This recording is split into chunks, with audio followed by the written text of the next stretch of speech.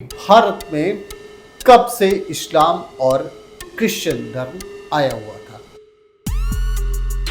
आखिर में घर वापसी क्या है और ये अब चेंजेस क्या आ रहे हैं, इस्लाम धर्म क्यों लोग छोड़ रहे हैं।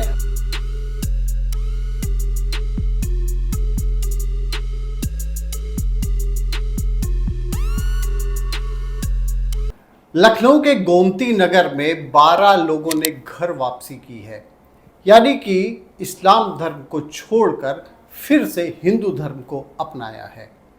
ये वही लोग हैं जिनका कभी धर्मांतरण या तो लव जिहाद के नाम पर कराया गया था या तो धोखाधड़ी करके कराया गया था।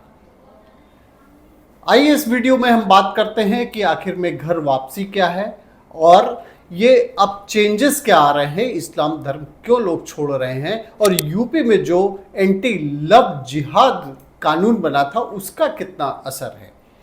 और यह भी हम जानेंगे कि आखिर इसकी हिस्ट्री क्या रही है, कब से ये कन्वर्जन चल रहा है और एक बहुत महत्वपूर्ण बात कि भारत में कब से इस्लाम और क्रिश्चियन धर्म आया हुआ था। नमस्कार, मैं हूं राजीव, आप देख रहे हैं आपकी खबर राजनीति। आज का जो इश्यू है वो है घर वापसी का। चलिए हम सबसे पहले ये बात कर लेते हैं कि घर वापसी क्या है। घर वापसी ये है कि माना जाता ये है कि भारत में जितने भी रहने वाले लोग हैं वो सारे भारतीय हैं और हिंदू सनातन परंपरा को मानने वाले लोग हैं। लेकिन जैसे से समय बदला और उसके बाद में या तो उनसे ज़बरदस्ती कन्वर्जन कराया गया या उन्होंने खुद धर्म, हिंदू धर्म छोड़ के दूसरे धर्म को अपनाया, जैसे कि इस्लाम में चले गए या उन्होंने क्रिश्चियनिटी को अपना लिया। लेकिन फिर से अगर वो हिंदू धर्म को अपना रहे हैं, सनातन परंपरा में आ रहे हैं, सनातन परंपरा का मतलब ये होता है केवल हिंदू धर्म नहीं है, उसमें सिख भी आते हैं, बौद्ध भी आते हैं, जैन भी आते हैं, ये सारे मानने वाले लोग सनातनी कहलाते हैं। इसमें जब वापसी होती है तो इसी को घर वापसी कहते हैं। सबसे पहली बार घर वापसी का ये जो नाम आया था, ये आया था 2014 में। 2014 में घर वापसी का नाम सबसे पहले आया और आरएसएस और वीएचपी ने जब लोगों को हिंदू धर्म में वापसी कराने का जब प्रयास किया तो ये एक घर वापसी का कार्यक्रम चलाया गया। और इसमें केवल यूपी ही नहीं, अगर हम हिस्ट्री की बात करें तो आंध्र प्रदेश, केरल, गोवा में घर वापसी के कई सारे कार्यक्रम किए गए। तेलंगाना में किए गए। तेलंगाना में देखें हम अगर तो तेलंगाना में जुलाई 2014 से लेकर दिसंबर 2014 तक तेलंगाना और आंध्र प्रदेश में 8000 लोगों की घर वापसी कराई गई, यानी कि उन्होंने हिंदू धर्म को अपनाया।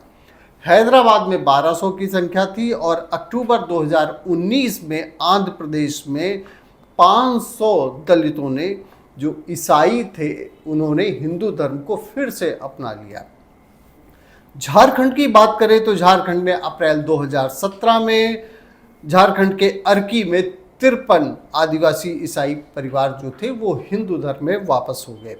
पंजाब में 2011 से लेकर 2014 के बीच में 8000 ईसाई से सिख बने। होशियारपुर में सबसे ज़्यादा इसमें कन्वर्जन हुआ था, यानी कि धर्म वापसी हुई थी। हरियाणा में सितंबर 2022 में अमृतसर में 500 ईसाई से सिख, पंजाब के बॉर्डर एरिया से इन्होंने ईसाई से सिख धर्म में वापसी की थी। 56 परिवार ईसाई से सिख धर्म में वापस हुए थे। वेस्ट बंगाल की इसी तरीके से हिस्ट्री है। वीरभूम में 100 से अधिक आदिवासी ईसाई जो थे वो हिंदू धर्म में वापस हुए। उत्तर प्रदेश की बात कर लेते हैं। उत्तर प्रदेश में आगरा में 2014 में 100 से 250 मुस्लिम परिवार मुस्लिम जो थे वो हिंदू बन गए थे।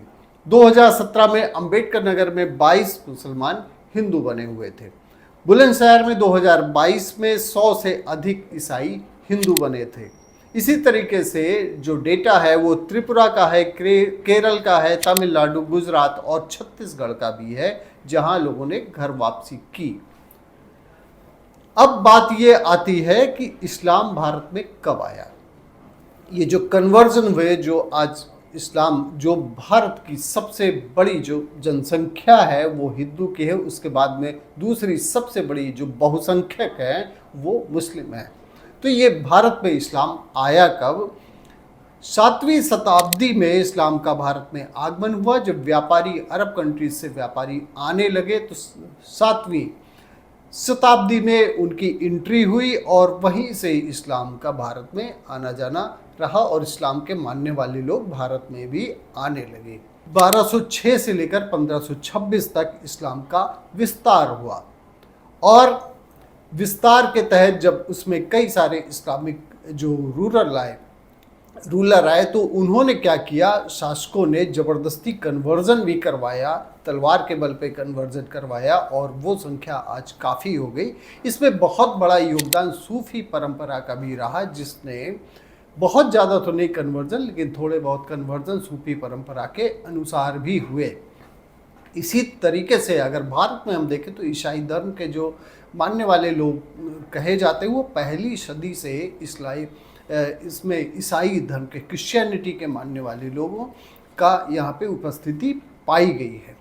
अब सवाल ये आता है कि जो कन्वर्जन हो रहे हैं, घर वापसी इन उत्तर प्रदेश हो रही है, लव जिहाद जो हुआ है और इसमें जो यूपी में 12 लोग वापस हुए हैं, इनकी कहानी अगर आप सुनेंगे तो किस एजेंडे के तहत किस तरीके से कन्वर्जन इनका कराया गया था। गोमती नगर में एक शिव मंदिर में इनकी घर वापसी हुई है। औरैया की जो मांडवी शर्मा थी वो जैनब बन गई थी। उनके जैनब बनने की जो स्टोरी है वो भी काफ़ी इंटरेस्टिंग है। जो जैनब बनी है मांडवी शर्मा, इनके बताया जाता है कि जो खबरें आई उसमें बताया गया कि इनके पिता काफ़ी शराब पीते थे। उसी बीच में एक रुद्र शर्मा नाम का व्यक्ति इनके संपर्क में आता है और ये कहता है कि पीर बाबा से शराब इनकी छुड़ाई जा सकती है। लेकिन पीर बाबा के पास में रुद्र शर्मा जो था ये उसका असली नाम नहीं था, लव जिहाद के एजेंडे के तहत वो आया। उसका असली नाम जो था वो था मेराज अंसारी। उसने अपनी पहचान छिपाई और फिर मांडवी शर्मा को उसने अपने जाल में फंसाया और अपना नाम रुद्र शर्मा बता दिया। उसके बाद में फिर अपने जो असली एजेंडा था उस पर आया और धर्म बदलवा कर उसने इस्लाम कबूल करके निकाह करा लिया। लेकिन उसके बाद में जब ये स्थितियां पता चली और जब वहाँ शोषण होने लगा तो मांडवी शर्मा फिर से वापस हो गई। और इसी तरीके से धर्म वापसी, जो घर वापसी हो रही है, पूरे देश में एक कैंपेन चलाया गया, उसमें कई लोगों ने वापसी किया। तो ये जब लव जिहाद का कानून उत्तर प्रदेश में बना, एंटी लव जिहाद लॉ बना, उसके बाद में काफ़ी सारी शक्ति बढ़ती गई और उसके बाद में लोग वापसी कर रहे हैं। कई सारे मामले सामने आने लगे और जो लोग पहचान अपनी छिपा कर लव जिहाद एक एजेंडे के तहत कर रहे थे उनके ऊपर भी गाज गिरनी शुरू हो गई। तो ये थी आज की हमारी स्टोरी, घर वापसी और लव जिहाद के चलते किस तरीके से भारत में कन्वर्जन कराया गया था और अब धीरे धीरे लोग वापस हो रहे हैं, हिंदू धर्म में वापस हो रहे हैं। कब से इसका उदय हुआ था इसके बारे में भी बात की गई, लेकिन इफेक्टिव किस तरीके से ये हो सकता है। और भारत में जिस तरीके से आप देख रहे हैं कि जो राजनीति है वो कहीं ना कहीं धर्म के ही इर्द गिर्द घूमती नज़र आती है, ये चीज़ें लोगों को कब समझ में आएगी और धर्म और इसकी राजनीति जो पॉलिटिक्स है और रिलीजन है, इसका जो एक मेल है, कब ये लोग समझेंगे, कब पॉलिटिक्स इससे अलग होगी, या जो घर वापसी हो रही है लेकिन बहुत ही कम लोग इस चीज़ को समझ रहे हैं, कब लोग इसको समझेंगे कि ये खेल जो चलाया जा रहा है उससे वो कब उबर पाएंगे। आपको क्या लगता है कि जो एंटी लव जिहाद लॉ बनाया गया है, लोग अब कुछ थोड़े बहुत सतर्क हुए हैं, लेकिन इसका कितना असर पड़ रहा है और समाज में किस तरीके से लोगों को समझ में आ रहा है, आपको क्या लगता है कमेंट सेक्शन में ज़रूर बताएं। थैंक यू फॉर वॉचिंग आपकी खबर राजनीति।